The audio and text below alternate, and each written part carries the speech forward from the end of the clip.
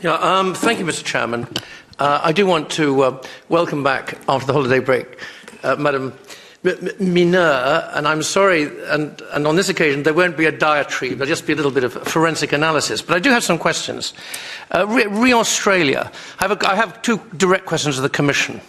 Re-Australia, was the free movement of people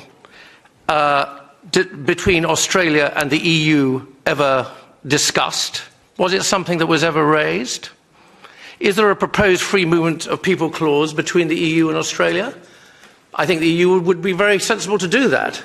But on the other hand, they seem to be getting access to the markets without a free movement clause.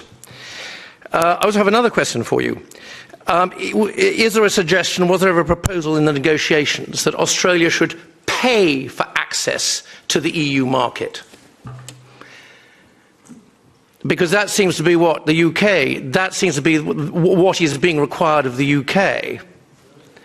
And why is the Commission so prejudiced against the UK? I mean, they're demanding us that we pay, I think it's 40 billion, I can't remember if it's euros or sterling, but it's a great deal paying for access. It's not seen to be expected of Australia. And I also have another question as well. The report of the first round of negotiations, I haven't been able to find much of a reference to what the negotiations are, and indeed what the proposals are on agricultural goods, which is always a very thorny and controversial segment and element in trade agreements. There's something about energy and raw materials. I suppose raw materials could be classified as being agricultural. What is the position on that? Now, I will say that the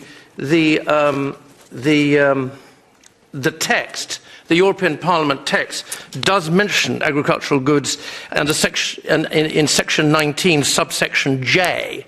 But could we perhaps have a little more? Well, could we actually just have some basic facts because they aren't there? Finally, I don't know what the appetite is to have any history, but the fact of the matter is, and this is relevant to my country, is that when we definitively and finally joined the EU in 1975, by which date transition agreements had expired, we actually had a trade agreement with Australia, which we turned our back on. We tore it up. And one of the rationalizations, which you constantly hear, you hear it even today, for being part of the EU, is that it's so much easier it's so much easier, you're so much more likely to be able to negotiate trade agreements. So here we are, 40 years later, still talking about it. But could I also ask you to answer my direct questions? I would really appreciate it, especially on agriculture. On free movement, no, there is no clauses on free movement as such. We do have the Mode 4, of course, part of the trade in services and investments, where text normally is proposed, but that is more when it comes to movement of business people or movement of staff in relation to investments, but again, not as regards free movement in general for people. On agriculture goods, I'm not sure exactly what was meant with that question. I presume what you are looking for are more things that pertain to the market access when we do the offer itself, more than what is in the text. And as I said, we will come to that when we have the first exchange of offers. On energy and raw materials, also, of course, an extremely important aspect with Australia. And again, this is one of our newer chapters we have in negotiations.